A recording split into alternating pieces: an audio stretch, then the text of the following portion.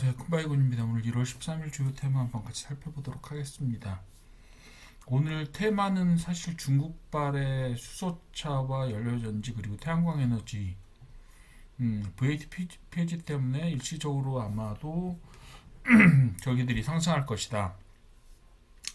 그 일시적인 수요가 나타날 것이다. 왜냐하면 VAT 폐지되기 전에 빠른 속도로 수출을 한다든가 이런 형태로 몰릴 거라서 그런 수요들이 있을 것 같아요. 그래서 그런 부분들이 결국은 수소차와 리튬 가격을 밀어 올리고 있고, 그것에 따라서 수소차 연료전지 그리고 2차 전지, 전기차 이런 쪽이 지금 올라가고 있고요. 태양광 에너지도 마찬가지로 태양광 VAT를 환급하는 걸 폐지함으로써 그 전에 어떻게 보면 폐지를 함으로써 폐지를 지속하기 때문에 우리나라가 반사이익을 얻을 수 있을 거다. 이런 형태로 이야기가 되고 있고요.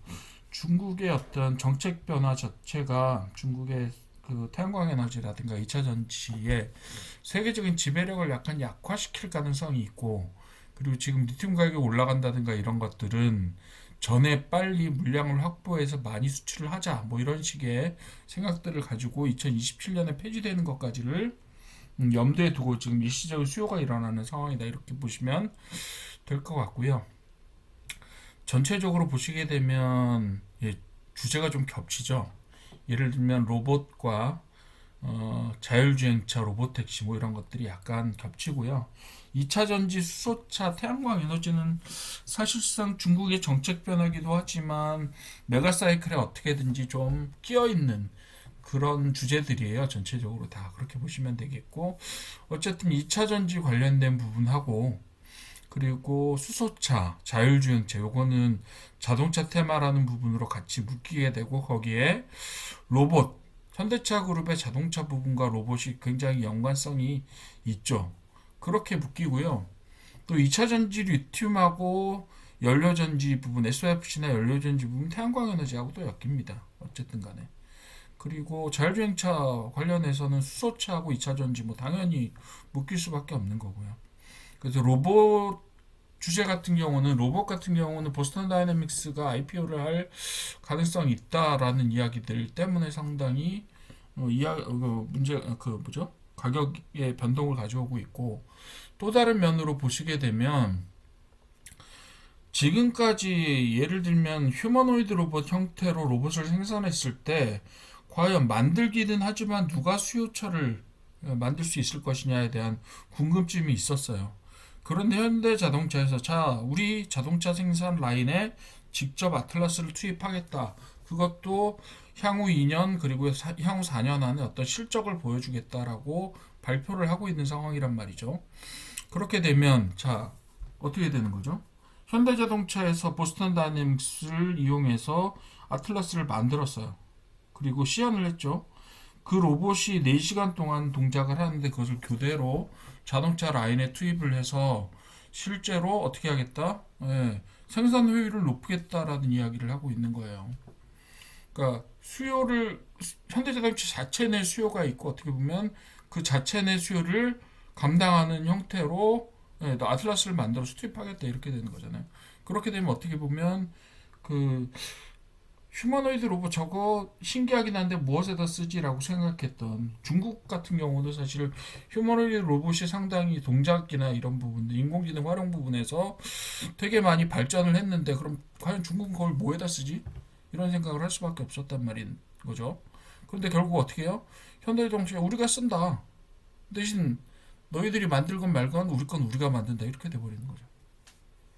그런 좀 강력함이 있습니다. 그런 로봇 휴머노이드 개발에 있어서 현대차의 좀 강력함이라는 것은 그런 부분을 무시할 수가 없고요. 그리고 스파성으로 배터리 VAT 환급 폐지라든가 아니면 태양광 VAT 환급 폐지 같은 동일한 것들이 지금 동일한 이야기가 나오고 있으면서, 한쪽은 앞으로 업황 개선이 되고 중국발의 태양광 에너지 같은 경우 태양광 패널 자체가 중국 기업들이 지금 만들어 수출을 하면 중국 당국에서 VAT를 환급해 줬단 말이에요.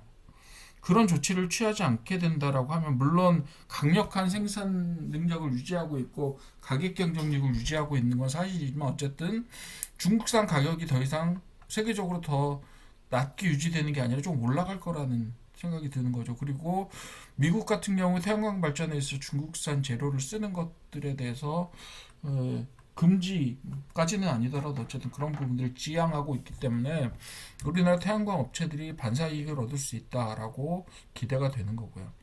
수소차도 마찬가지.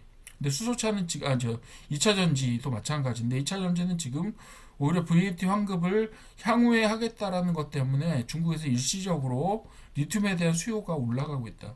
그래서 탄산 리튬 같은 경우 가격이 최고치를 경신하고 있다. 이렇게 되는 거죠. 근데 이상하게도 리튬 가격이 올라가면 그 2년 내 최고치가 되면서 2차 전지나 전기차 부분들이 조금씩 올라간단 말이죠. 그게 좀 신기하긴 해요. 어쨌든 간에. 그리고 세 번째로 수소차나 연료전지 쪽은 어떻게 얘기가 되고 있냐면 중국의 수소 생태계가 확대되면서 우리나라에서 좀 협력할 수 있는 방안이 나오면서 우리나라 수소차 관련된 그리고 SOFC나 연료전지 관련된 회사들이 좀 수혜를 얻을 수 있지 않을까라고 하는 기대감 때문에 올라가게 되는 거죠.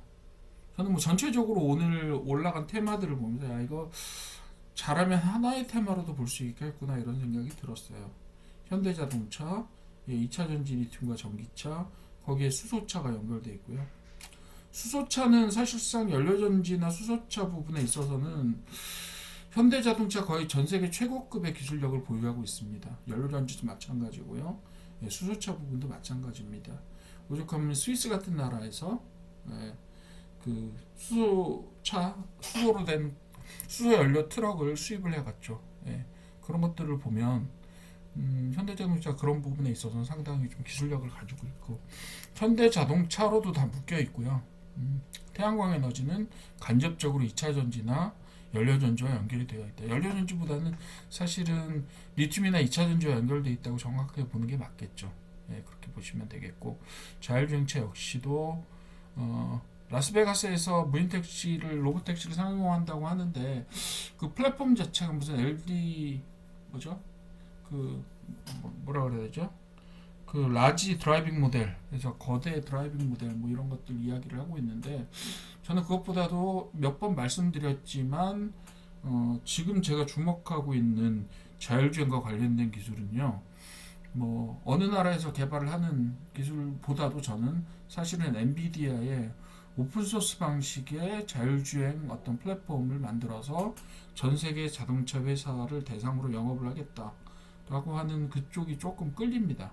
기술적으로. 왜냐하면 성공 모델이 몇 번 있었기 때문이죠. 예를 들면 PC의 전 세계적인 확산, 그리고 안드로이드 생태계의 전 세계적인 확산 이런 부분들이 있어서 오픈소스 모델이 얼마나 강력한가라는 부분들이 이미 증명이 되고 있었고 그렇기 때문에 회사만의 어떤 우리 회사만의 자율주행 시스템을 달아서 그걸 운영을 하겠다라고 하는 것보다 전 세계적으로 자동차 플랫폼 상관없이 거기에 엔비디아 기반의 오픈소스 자율주행을 얹게 되면 모든 차가 다 그런 오픈소스를 이용한 자율주행 솔루션을 도입할 수 있다. 그리고 거기에서 수집될 어마어마한 데이터들 이런 것들을 생각한다면 오픈소스 모델이 그런 쪽에는 훨씬 더 잘 맞는다고 생각이 되기 때문에 그런 쪽을 조금 더 주목하고 있고요.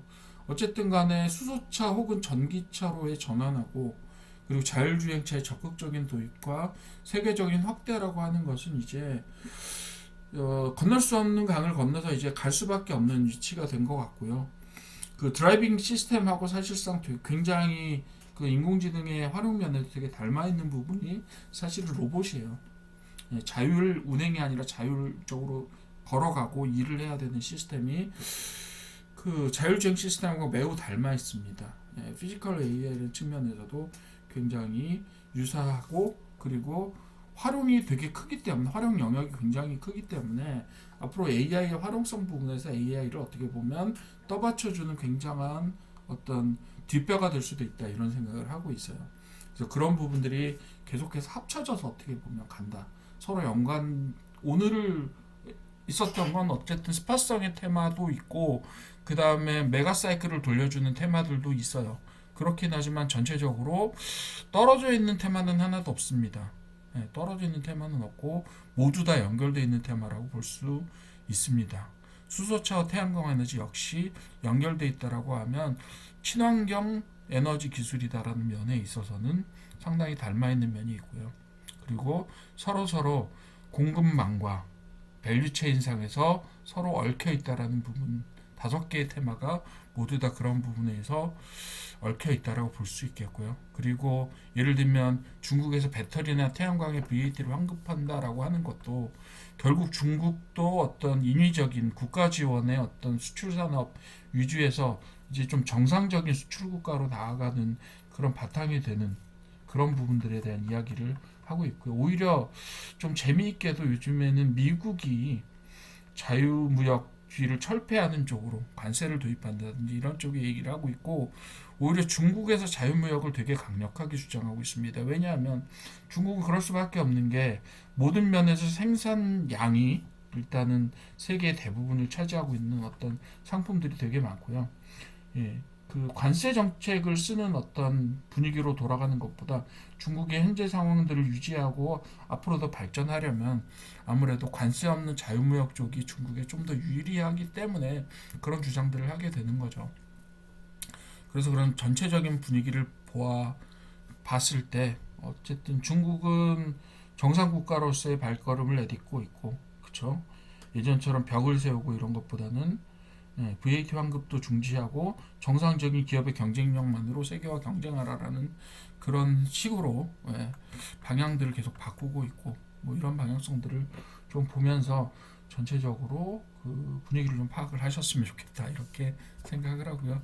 하나하나에 돌아가는 부분들은 오늘 뭐 예를 들면 어떤 뉴스가 나왔다라든 그런 부분들 때문에 올라갈 수도 있지만 전체적으로 트렌드가 어떻게 돌아가는지 좀 더 확인을 해주셨으면 좋겠다라고 생각을 합니다. 오늘 1월 13일 주요 테마는 이 정도로 정리를 한번 해보도록 하겠습니다.